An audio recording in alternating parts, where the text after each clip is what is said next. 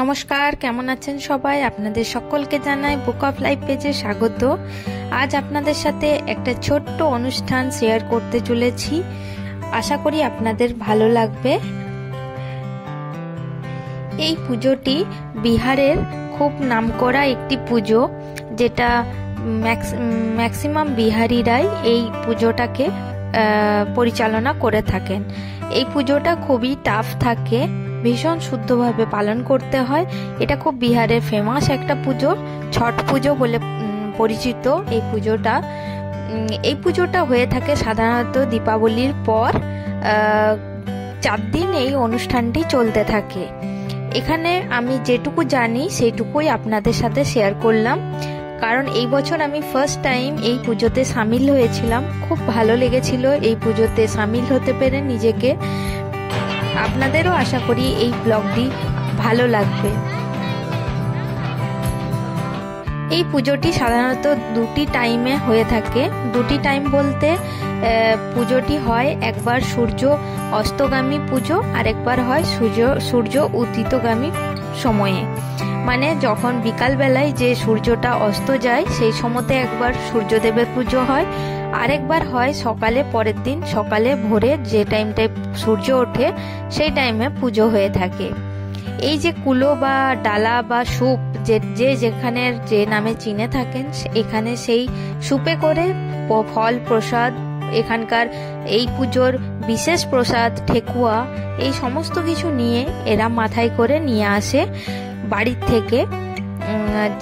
এই পুজোটি অনুষ্ঠিত হয় যেহেতু প্রকৃতির পুজো, মানে সূর্যদেবকে পুজো করা হয়, তাই এখানে নদী, মানে কোনো নদী বা কোনো জলাশয়ের মধ্যে দাঁড়িয়ে ভিজে কাপড়ে স্নান করে এই পুজোটি করে থাকে।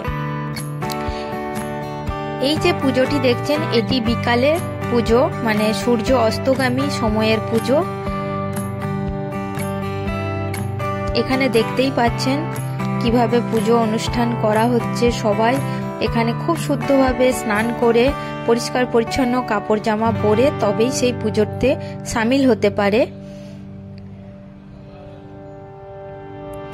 এই যে পুজোটি দেখতে পাচ্ছেন, এটি হচ্ছে রাত্রি 3টে, মানে ভোরের দিকে যে প্রথম সূর্যোদয় হয়, সেই সূর্যোদয়ের সময়ের যে মানে দৃশ্য, সেটি আপনাদের সাথে শেয়ার করছি। এই দৃশ্যটিও অপূর্ব লাগছিল, অবশ্যই খুব সুন্দর এই মুহূর্তটা। মানে এই পুজোটাই সামিল না হলে ঠিক বোঝানো সম্ভব নয় যে পুজোটার মধ্যে কতটা পাওয়ার আছে। অবশ্যই সবাইকেই বলবো, যারা যদি কেউ আশেপাশে হয়ে থাকে, এই পুজো অনুষ্ঠিত হয়ে থাকে, অবশ্যই একবার হলেও এই পুজোতে সামিল হয়েও, কারণ এই পুজোতে একবার যে সামিল হবে তার মন চাইবে বারবার সামিল হই। অপূর্ব এই পুজো। এই সুন্দর করে ডালাগুলিতে ফল প্রসাদ এবং ওদের সবথেকে বিশেষ প্রসাদ যেটা ঠেকুয়া, সেই প্রসাদ এখানে দেওয়া হয়। তার সাথে সাথে প্রদীপ জ্বালিয়ে সুন্দর করে প্রত্যেকটি সুপ বা ডালাকে সুন্দর করে সাজিয়ে এরা নিয়ে আসে। যে যার সামর্থ্য মতন ফল প্রসাদ এখানে দিয়ে থাকে। এখানে যে প্রত্যেকটি কুলো দেখতে পাচ্ছেন বা ডালা দেখতে পাচ্ছেন, এই প্রত্যেকটি ডালা এক একজনের মানত করা থাকে, তারা এই প্রত্যেকটি ডালাকে চাপায়, মানে প্রত্যেকের মানত পূরণ হলে দেয়। নদীর মধ্যে দাঁড়িয়ে, জলের মধ্যে দাঁড়িয়ে ভোরবেলায় এই শীতের ঠান্ডাতে মানে কীরকম ভাবে পুজোটা হয়, যে করে একমাত্র সেই জানে। ভীষণ মানে কষ্টকর বলবো না, এই পুজোটা আসলে মন থেকে করলে কোনো কিছু জিনিসই কষ্টকর হয় না।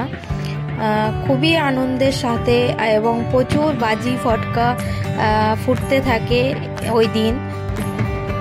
এই পুজোতে আমি সামিল হতে পেরে সত্যি খুব খুব খুব মন থেকে খুশি হয়েছিলাম।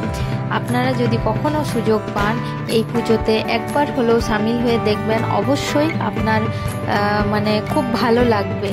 অনেক পজিটিভিটি এই পুজোর থেকে পাওয়া যায়, কারণ প্রকৃতির পুজো একটা আলাদাই মানে কি বলবো ফল থাকে।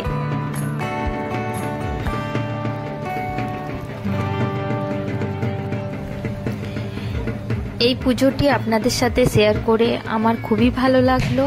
আশা করি আপনাদেরও খুব ভালো লাগবে এই ব্লগটি। আর কেমন লাগলো অবশ্যই আমাকে কমেন্ট করে জানাতে ভুলবেন না। আর আপনি যদি আমার এই পরিবারের নতুন সদস্য হয়ে থাকেন অবশ্যই আমার চ্যানেলকে সাবস্ক্রাইব করবেন আর পাশে থাকা বেল আইকনটিকেও প্রেস করে দেবেন।